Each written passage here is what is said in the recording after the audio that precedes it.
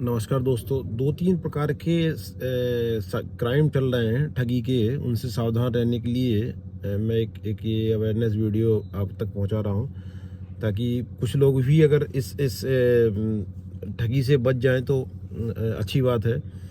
जैसे नया चला है, उन्होंने पहले जैसे क्या होता था ना कि कलकत्ता पोर्ट पे ही सामान उतरता था, तो पार्सल में से वहाँ नंबर लेके वहाँ के कर्मचारियों से मिलके वो कॉल कर लेते थे कि आपका पार्सल रुक गया है, अब आपको इसमें कुछ पैसे डालने हैं। इस तरीके से ठगी कर लेते थे। अभी नया चला है कि आपका घर नहीं मिल रहा है तो आप दिए हुए लिंक को फॉलो करें और लोकेशन बताएं आपकी, तो आपका वो व्हाट्सअप हैक कर लेंगे। होता है ना, एक नंबर दूसरा टैप करके व्हाट्सअप डाउनलोड करके उस पर OTP लेके फिर आपके दोस्तों से वो बीमारी या इमरजेंसी का बता के पैसे वसूलने का प्रयास कर रहे हैं पूरा। इसी तरह का होता है कि अगर आपकी गाड़ी में मार्केट में अगर आप जा रहे हैं, उन्होंने देख लिया कि आपकी गाड़ी में लैपटॉप पड़ा हुआ है, तो क्या करेंगे, वो आएंगे बताएंगे जहां आगे AC का पानी नहीं छूता है उसको आके बताएंगे, देखिए आपकी गाड़ी का चैम्बर फट गया है, डीजल निकल रहा है, पेट्रोल निकल रहा है, इसको आप दिखवाइए। आप उतर के देखने में झुक गए, उधर वो आदमी दूसरा लगा रहेगा, आपकी गाड़ी अनलॉक रहेगी, फट से आपका लैपटॉप या पर्स मार देगा, गायब कर देगा।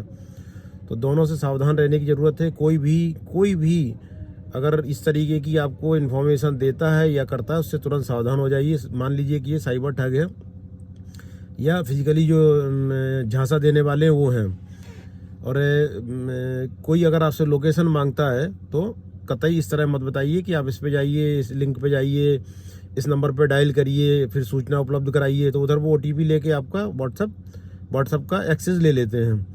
फिर वो आपके दोस्तों को तब तक आपको समझ ही नहीं आता, तब तक वो कांड कर चुके होते हैं। तो कृपया करके आप अगर इस तरह से ठगी के शिकार आप हो जाते हैं तो आप सबसे पहले 1930 नंबर टोल फ्री है, इस पे कॉल करेंगे और अपनी डिटेल्स साझा करेंगे, पैसे होल्ड हो जाएंगे।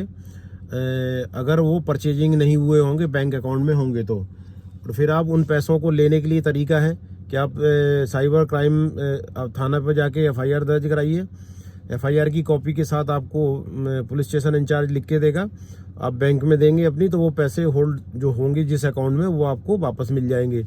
और तत्काल सूचना देंगे तो वो अकाउंट भी ब्लॉक साइबर क्राइम करा देगा जिस अकाउंट में वो पैसे जाते हैं। तो कृपया करके सावधानी रखें।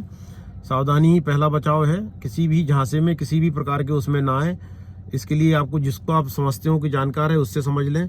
वो कोई भी हो सकता है, पुलिस हो सकता है, दोस्त हो सकता है, कोई साइबर एक्सपर्ट हो सकता है। इस पे ज़रूर ध्यान रखें, क्योंकि सावधानी सच में पहला बचाव है। और अगर आप ऑनलाइन अगर आप नंबर से भी नहीं कर पाते हैं तो आप cybercrime.gov.in पे जाके भी लॉगिन कर सकते हैं।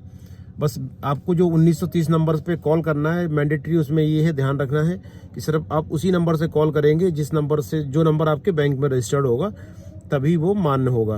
ये मैंडेटरी है, इस चीज़ को ध्यान रखिएगा और सावधान रहिए। कोई अगर इस तरीके का मार्केट में मिलता है जो कहता है कि आपका चैम्बर फट गया है, तो उससे भी सावधान रहिए। मान लीजिए कि वो ठग है, उसको पकड़ लीजिए, पकड़ के पुलिस को सूचना दीजिए कि इसको वेरीफाई कराइए कौन आदमी है। अब CCTNS हो गया, पूरा लिंक्ड है ऑल इंडिया। कहीं पे भी उसने क्राइम किया होगा उसकी डिटेल निकल आएगी, कहीं से जेल गया होगा तो वो प्रिवेंशन की उसके ऊपर कार्रवाई होगी। ध्यान रखिएगा। कोई अगर आपको इस तरह से चैम्बर फटेगा देता है सूचना, उसको जरूर रोक लीजिए और पुलिस को बुलाइए। Thank you.